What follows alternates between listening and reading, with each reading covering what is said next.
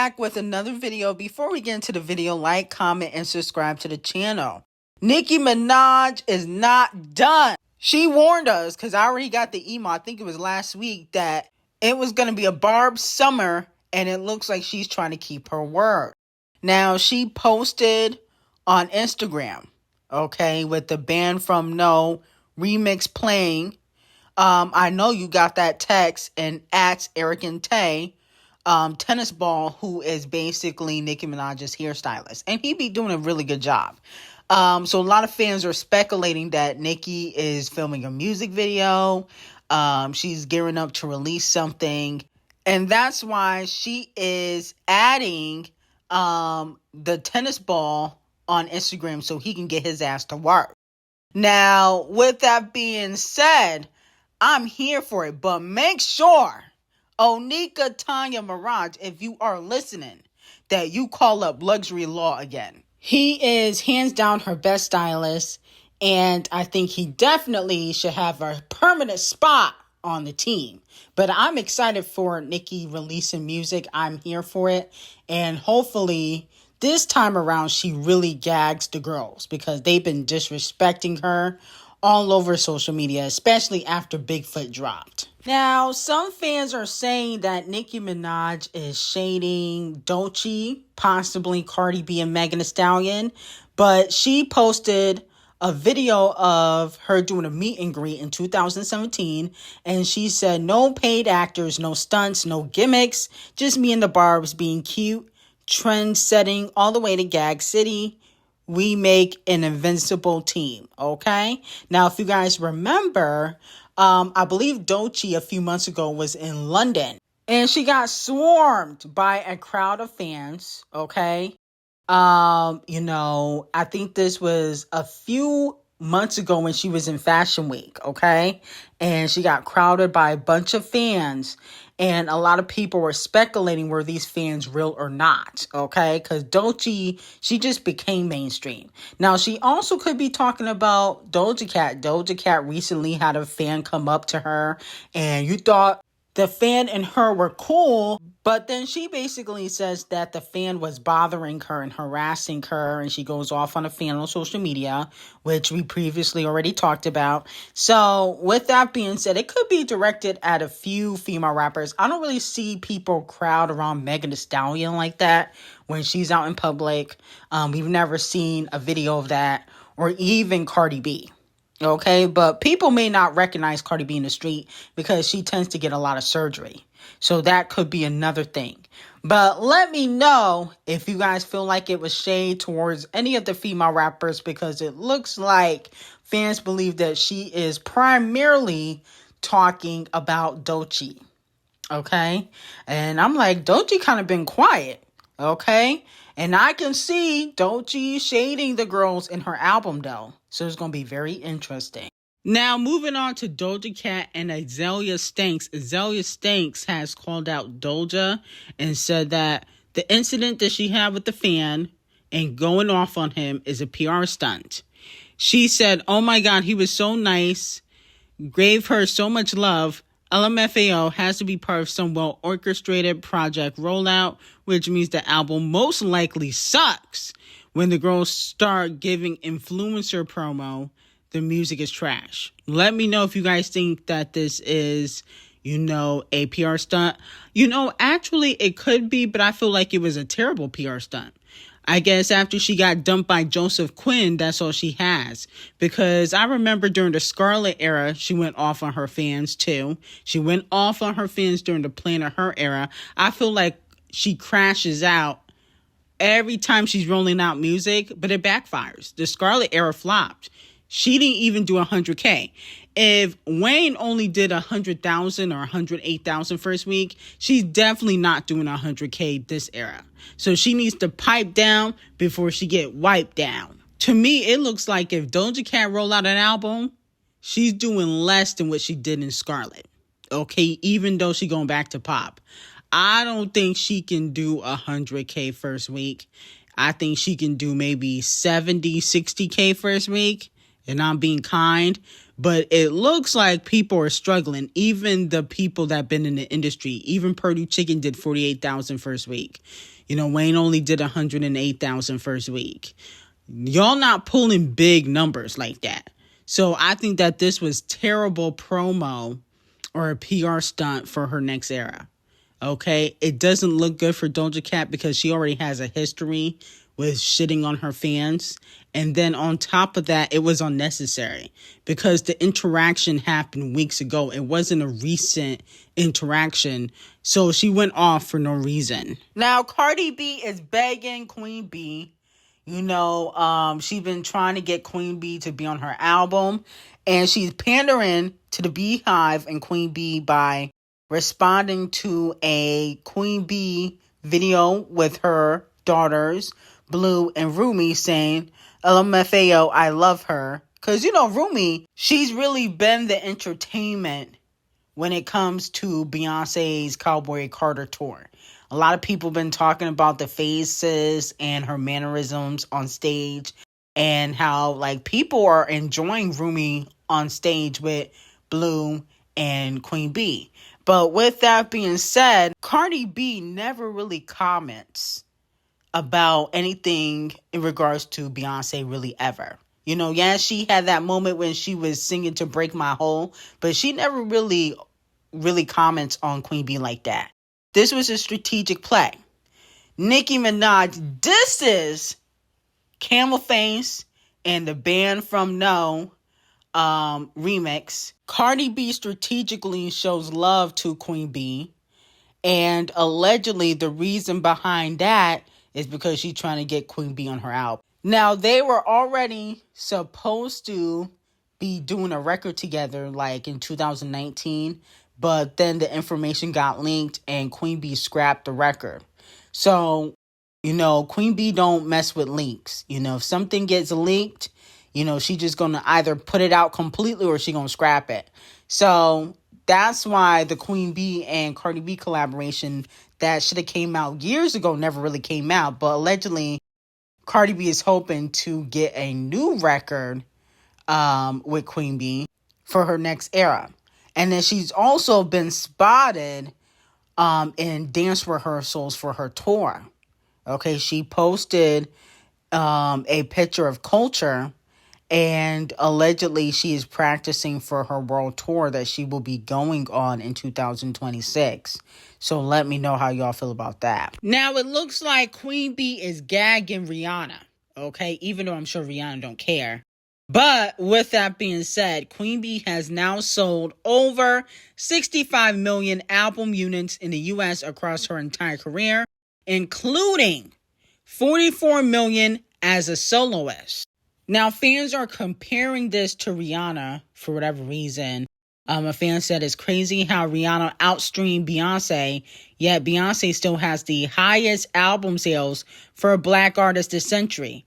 Her per sales are too impressive. And that's what I've been trying to tell you hoes since the beginning of time. Rihanna, her numbers are very impressive. She's an icon in the game. And this is really no shade towards Riri. But at the end of the day, one thing about Beyonce, she knows how to sell. Not just stream. Okay, streams are cute. But Beyonce per sales, unmatched. 30 years in the game, and she can do 100,000 in per sales. Okay? Easily. No shade. That's something that Rihanna, throughout the years of her career when she was doing music, she's not doing music anymore and she don't need to, but she was never that girl when it came to album sales. Never. It was usually streams and singles, but never that girl when it came to album sales, and she definitely wasn't that girl when it came to tours. Okay, no shade to Riri. But with that being said, I think people are kind of gagged because Beyonce don't really talk about her sales and she doesn't brag about her sales like that. And so that was something that Rihanna fans used against Beyonce for years. But now you can't use it against her. No shade. And then on top of that, you can't even use being a billionaire against, Beyonce, because Beyonce is a billionaire. Definitely after this tour, it probably will be announced. And then on top of that, Rihanna's net worth has went down $400 million. Okay, so y'all can't use anything against Beyonce except her no good ass husband, Camel Face. That's the only thing.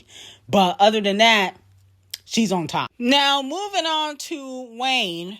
Wayne the Carter 6 officially debuts at number 2 on the Billboard 200 chart with 108,000 sales. Fans are actively clowning Lil Wayne because he only did 34,000 in per sales. Fans are saying bundles, fake Super Bowl sympathy, and Nicki Minaj feature couldn't save the rapper turned lean addict's career. Oh my goodness, they disrespectful. Goodness gracious, why they doing Wayne like that? That is so mean. He's no longer a lean addict. He got clean, okay? So he's not a lean addict anymore. He just do the ganja. That's one.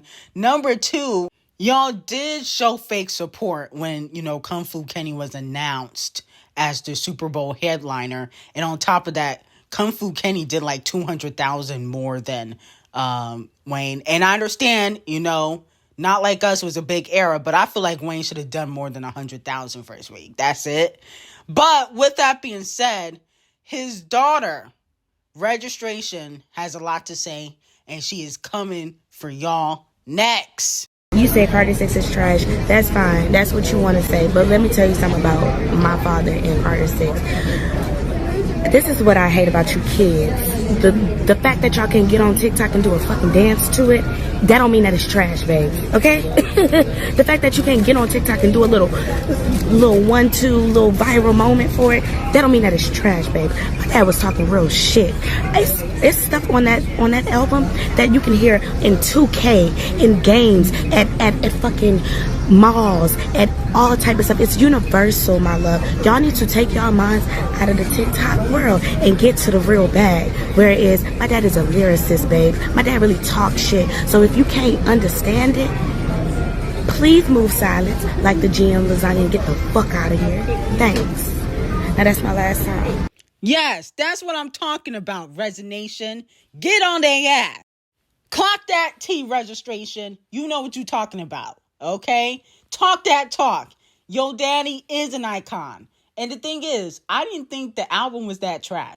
I thought Playboy Bottom Bussy Cardi's album was a little bit worse, and he had 3 Kung Fu Kenny's collaboration. I still didn't really care for the album, okay?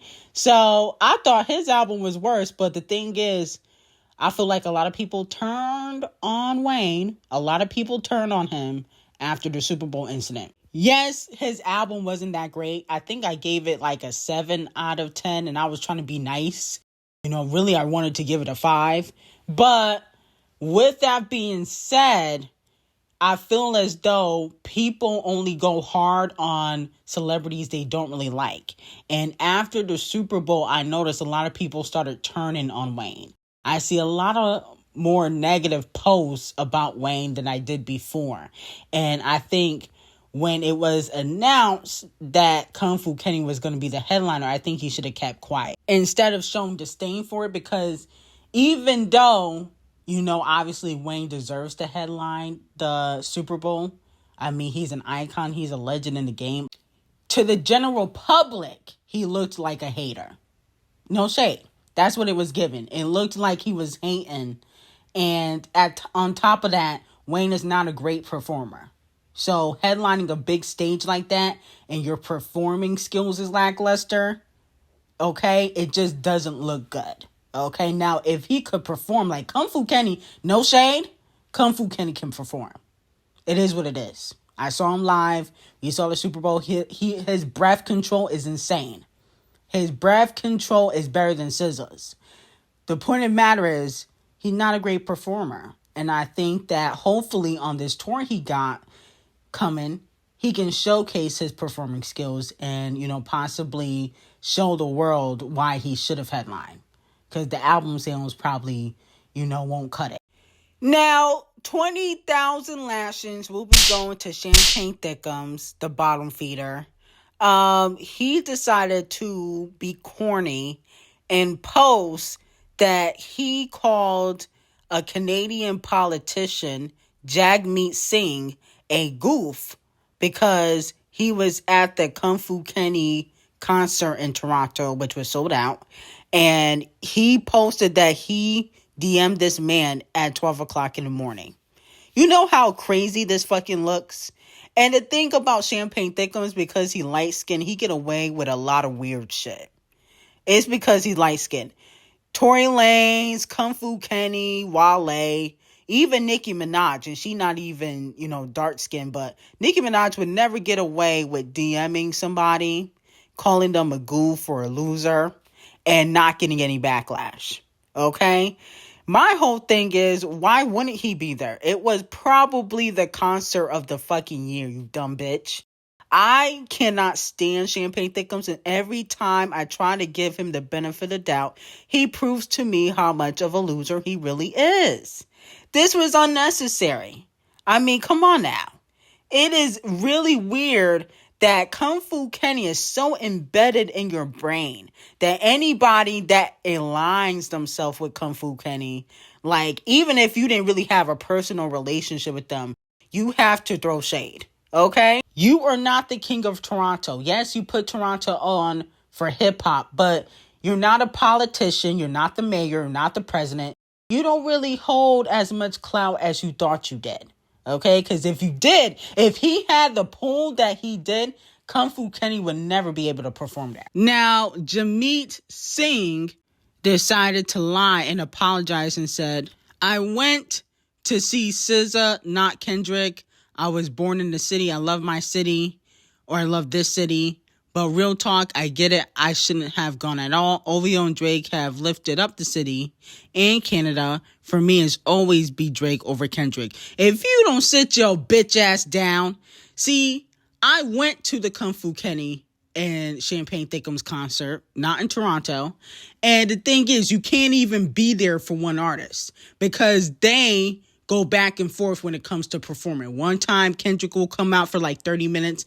And SZA will come out for 30 minutes, and then Kendrick Lamar will come back out, and then they perform together several times. They perform together like 2 to 3 times during the concert. So how can you be there for one artist, you dumb bitch? It's giving punk 20,000 lashings from bottom bushy Champagne Thickums. Sit your ass down.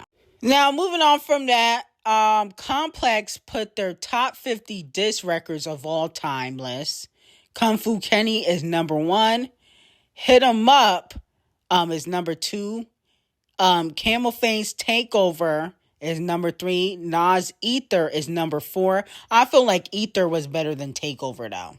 Let's just be honest. Let's be all the way 1,000. Camel Face was nice, but Ether annihilated the Takeover. Let's be very clear. Like, come on now. Let's not act dumb. Now, they also have Remy Ma Sheether at number 36. That's very interesting. I don't remember one bar from Sheether. Can somebody quote a bar from Sheether? I don't remember one bar from that song. So that one would be removed if this was my list. I feel like if your diss record ain't quotable, then it's not really a good diss record. Okay, despite the disses, it got to be quotable. It has to be memorable. Okay, it's got to be like an iconic song.